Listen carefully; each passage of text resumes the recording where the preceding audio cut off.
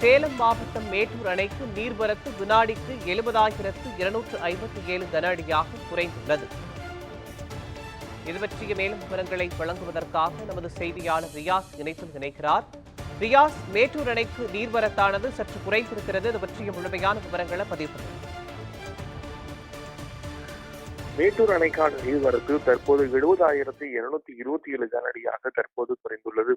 இதன் காரணமாக மேட்டூர் அணை தன்னுடைய முழு கொள்ளளவான 120 அடி சிரமம் ஏற்பட்டுள்ளது. அதாவது நேற்றே மேட்டூர் அணை இதனுடைய முழு கொள்ளளவான 120 அடி எட்டும் என்று எதிர்பார்க்கப்பட்ட நிலையில் நீர்வரத்து குறைவின் காரணமாக அணை நிரம்புவதில் தற்போது காலதாமதம் ஏற்பட்டுள்ளது.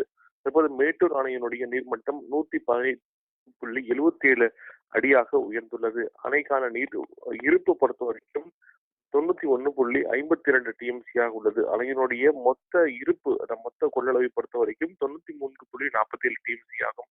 இன்னும் 2.5 டிஎம்சி அளவிற்கு நீர் தேவைப்படுகிறது. இந்த சூழ்நிலையில் தற்போது காவிரி டெல்டா பாசனத்துக்காக மேட்டூர் அணையிலிருந்து தண்ணீர் திறப்பு என்பது 23,000 கனஅடியாக அதிகரிக்கப்பட்டுள்ளது. இதன் காரணமாக தற்போது மேட்டூரில் இருக்கக்கூடிய இந்த நீர் வழியாக செல்லக்கூடிய வழியில் மின்சார உற்பத்தி என்பது தற்போது தொடங்கப்பட்டுள்ளது. மேட்டூரை பொறுத்த வரைக்கும், அதாவது நேற்றை விட இன்று நீர் வரத்து என்பது தற்போது குறைந்துள்ளது. தற்போது கர்நாடகா பகுதிகளில் மழையின் அளவும் குறைந்துள்ளது. அதே போல கர்நாடக அணைகளில் இருந்து தண்ணீரும் அளவும் குறைக்கப்பட்டதால் மேட்டூர் அணைக்கான நீர் வரத்து தற்போது 20,257 குறைந்துள்ளது. இந்த சூழ்நிலையில் இன்று மேட்டூர் கிழக்கு மற்றும் மேற்கு கால்வாய் பாசனத்துக்கு, அதாவது சேலம், நாமக்கல், ஈரோடு ஆகிய மாவட்டங்களைச் சேர்ந்த 45,000 ஏக்கர் விவசாயிகள் பயன்படும் வகையில் கிழக்கு மற்றும் மேற்கு கால்வாய் பாசனத்துக்காக தண்ணீரானது இன்று காலை 10:30 மணி முதல் திறக்கப்பட உள்ளது.